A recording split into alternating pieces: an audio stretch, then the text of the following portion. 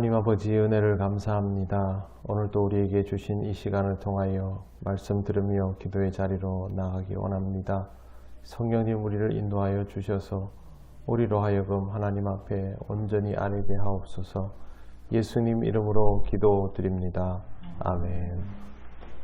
찬송가 342장 하나님께 찬양드립니다. 너 시험을 당해 죄 짓지 말고 너 용기를 다해 곧 물리치라. 너 시험을 이겨 새 힘을 얻고 주 예수를 믿어 늘 승리하라. 우리 구주의 힘과 그의 위로를 빌라.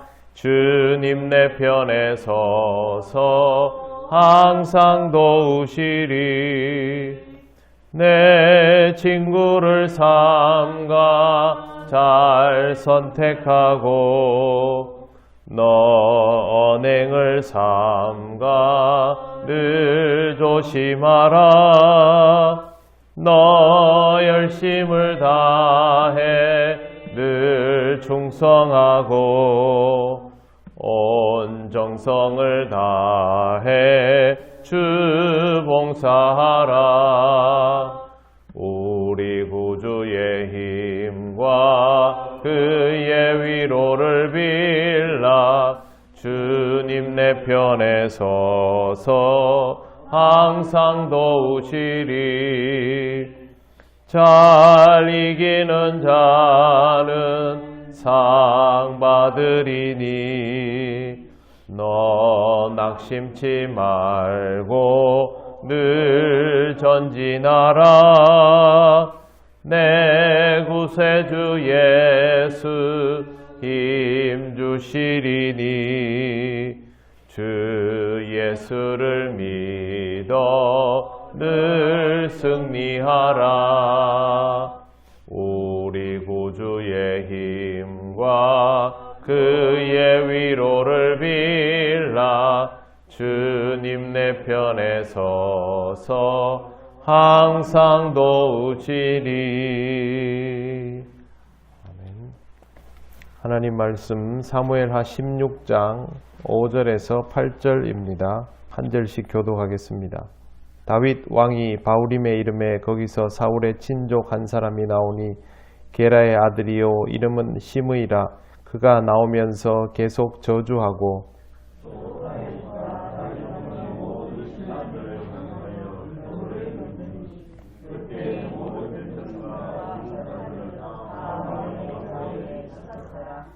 시므이가 저주하는 가운데 이와 같이 말하니라. 피를 흘린 자여 사악한 자여 가거라 가거라. 사울의 족속의 모든 피를 여호와께서 내게로 돌리셨도다. 그를 이어서 내가 왕이 되었으나 여호와께서 나라를 내 아들 압살롬의 손에 넘기셨도다. 보라 너는 피를 흘린 자이므로 화를 자초하였느니라 하는지라. 아멘. 다윗이 바후림에 이르렀을 때 사울의 친족 하나가 나왔는데 그가 바로 게라의 아들 시므이입니다. 그는 다윗을 저주하고 다윗과 신하들을 향해서 돌까지 던졌습니다. 주변에 있는 백성과 용사들이 그걸 막으려고 다윗 주변에 이렇게 포위해서 방어를 할 그 정도였습니다. 7절에 보시면 시므이가 이렇게 저주합니다. 피를 흘린 자여 사악한 자여 가거라 가거라. 사울 족속의 모든 피를 여호와께서 내게로 돌리셨도다. 그를 이어서 내가 왕이 되었으나 여호와께서 나라를 내 아들 압살롬에 넘기셨도다. 보라 너는 피를 흘린 자이므로 화를 자초하였느니라 하는지라. 시므이가 이렇게 말을 막 합니다. 그런데 이렇게 말하는 이유는 자기가 사울의 친족이기 때문에 이렇게 하는 겁니다. 다른 이유는 없습니다. 보통 왕의 친족들은 왕을 등에 업고 세도를 부리게 됩니다. 시므이도 아마 나름의 세도를 부렸던 사람일 텐데 어느 날 갑자기 사울이 죽어버리고 아들들도 다 죽고 왕권이 다윗으로 교체가 되고 나니까 자신이 부리던 권세도 전부 날아가 버렸겠지요. 그 원망을 지금 다윗에게 하고 있는 것입니다. 그러면 우리가 알고 있는 내용과 시므이가 말하는 것이 일치합니까? 전혀 그렇지 않습니다. 시므이는 진짜 얼토당토 않는 말을 하고 있는 것입니다.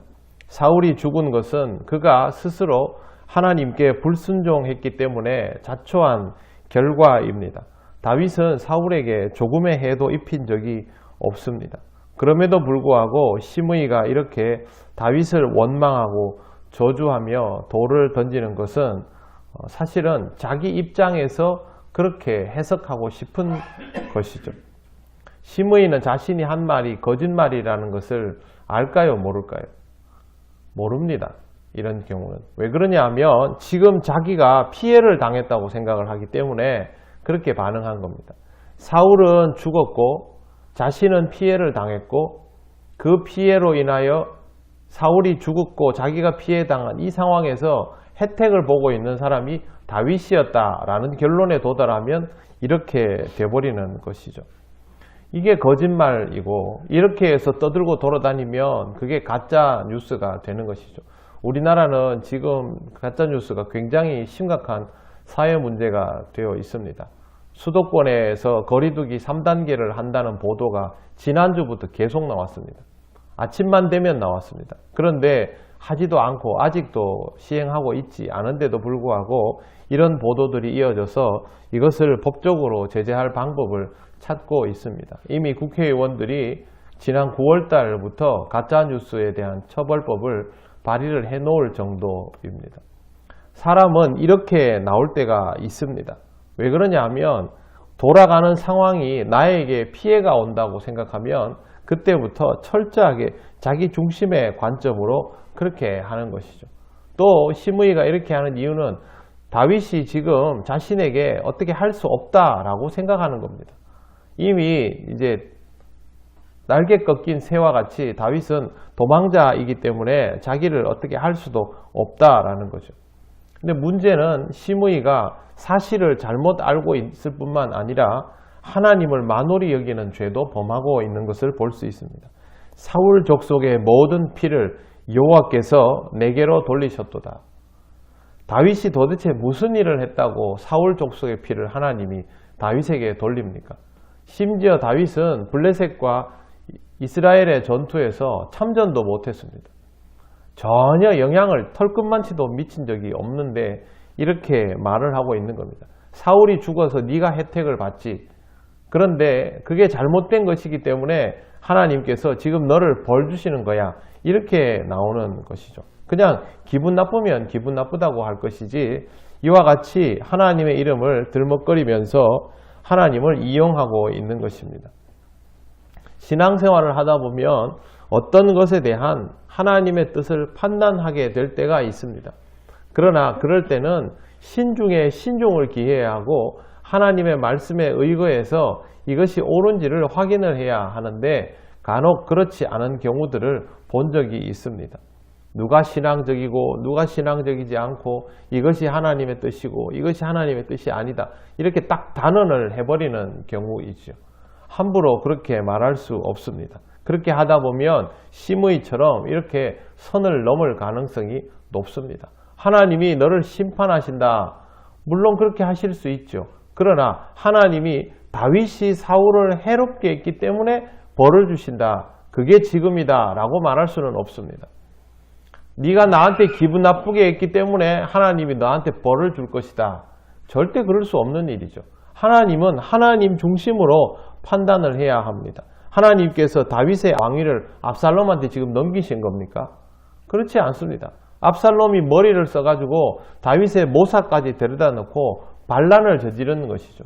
다윗은 하나님으로부터의 다른 판정이 있겠지만 벌을 받으려면 압살롬이 받아야 하는 상황인데 그걸 다윗에게 모든 죄를 전가시키는 것은 말도 안 됩니다. 만약 하나님이 다윗의 왕위를 멈추려 했다면 다윗이 전쟁에서 전사를 하거나 사울처럼 또 다른 변고가 생기거나 해서 그렇게 물러나게 했겠지. 압살롬의 반란을 일으켜서 그러면 압살롬은 왕위에 세워놓고 그때부터 너가 다윗을 몰아냈으니 내가 인정해 줄 것이다. 하나님은 그런 분이 아닙니다. 하나님은 공의로우신 분이죠. 시므이는 거기에 하나님의 뜻이 있는 것이 아님에도 그걸 알지도 못하면서 함부로 떠들어대고 멋대로 저주하고 하나님의 종에게 돌을 던지며 하나님의 이름을 여기저기다가 떠들어대고 있는 것입니다. 엄청나게 위험한 행동입니다. 다윗은 다윗의 일들로 인하여 하나님으로부터 판단받고 필요하다면 벌도 받을 것입니다.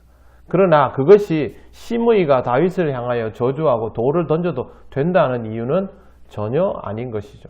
그래서 지금 시므이가 하고 있는 행동은 어리석기 짝이 없고 위험하기 짝이 없는 행동인 것입니다. 자칫하면 누구나 이렇게 할 수 있습니다. 하나님을 믿는다 하면서 하나님을 함부로 판단해 버리다 보면 자기도 모르는 사이에 선을 넘는 것이 사람이기 때문에 우리는 어떤 상황에 대하여서도 속단하기보다는 이것에 대한 하나님의 뜻이 무엇인가를 하나님께서 보여주시는 것들을 통하여 살펴나가고 더욱더 그 앞에서 자신을 돌아보면서 경솔하게 행동하지 않는 것이 가장 지혜로운 삶입니다. 사람은 모두 죄인이라 하지 않습니까? 다윗 같은 죄가 시므이에게는 없을 리 있겠습니까? 인생은 누구의 잘못을 보면서 그것을 지적하고 자신을 정당화할 것이 아니라 그 잘못이 나에게도 있지 않은지를 돌아볼 때 가장 지혜로운 법입니다.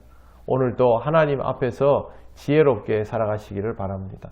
그럴수록 복된 삶이 되어서 하나님이 주시는 복으로 더 행복한 삶을 살아갈 수 있게 될 것입니다.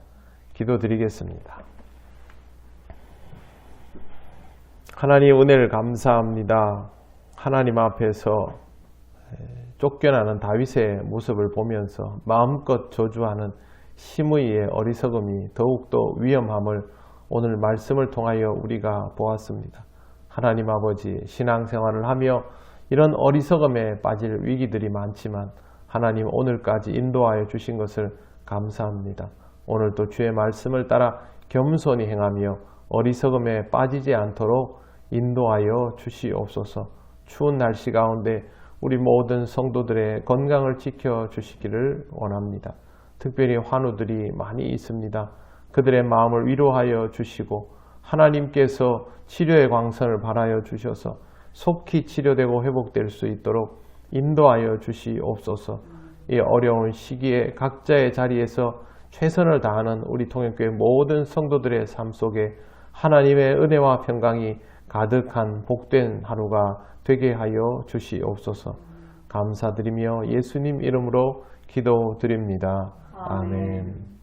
하늘에 계신 우리 아버지, 아버지의 이름을 거룩하게 하시며 아버지의 나라가 오게 하시며 아버지의 뜻이 하늘에서와 같이 땅에서도 이루어지게 하소서.